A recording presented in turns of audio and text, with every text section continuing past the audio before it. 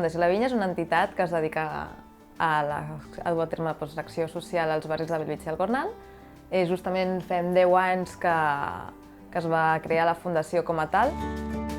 Fem des de 3 branques, la branca d'acompanyament i assessorament d'adults, des d'infància, i després el projecte d'ajuda fraterna, on es duen a terme els repartiments d'aliments i assessorament energètic.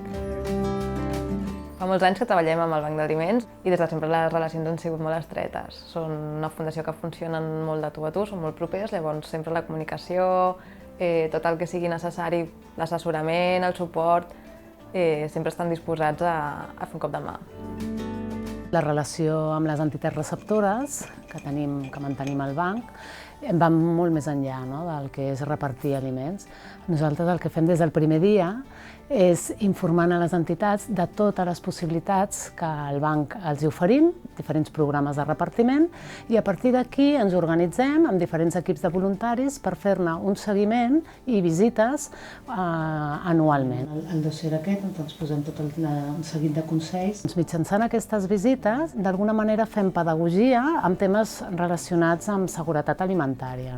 És molt important també transmetre tota aquesta informació relativa a com es gestionen els aliments des del moment en què es recullen, es transporten o s'emmagatzemen en una entitat en l'equip de voluntaris que formen l'entitat.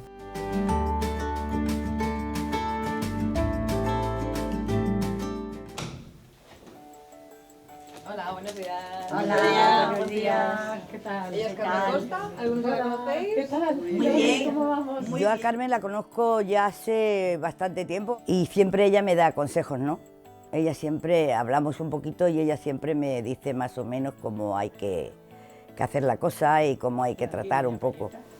Entonces lo que más piden es aceite. Aquestes petites coses que nosaltres no sabem, perquè la majoria de les persones que treballen aquí són voluntàries, no neixen ensenyades, doncs tot això es va aprenent a poc, a base de formacions, d'auditories, de visites.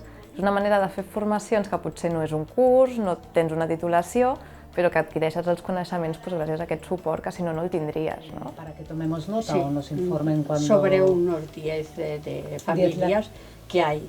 Hay temporadas que hay más niños y hay temporadas que hay menos niños.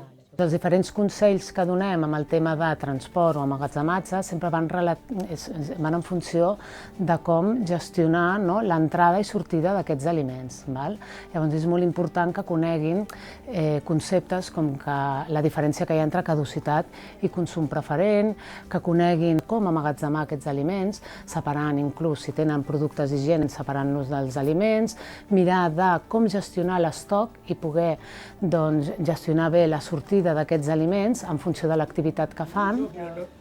Tenemos que jugar con esto, ¿no? Coger primero lo que la caducidad es más corta y ponerla antes y jugar con esto para que todo el mundo pueda aprovecharla.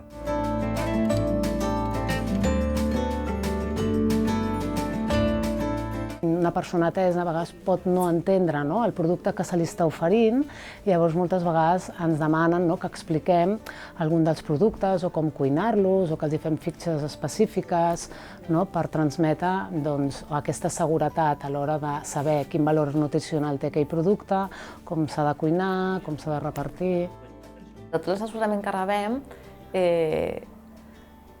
el que jo considero que és més rellevant o més important, per exemple, no és allò que sigui tangible, no és allò que es pugui veure, és el suport diari.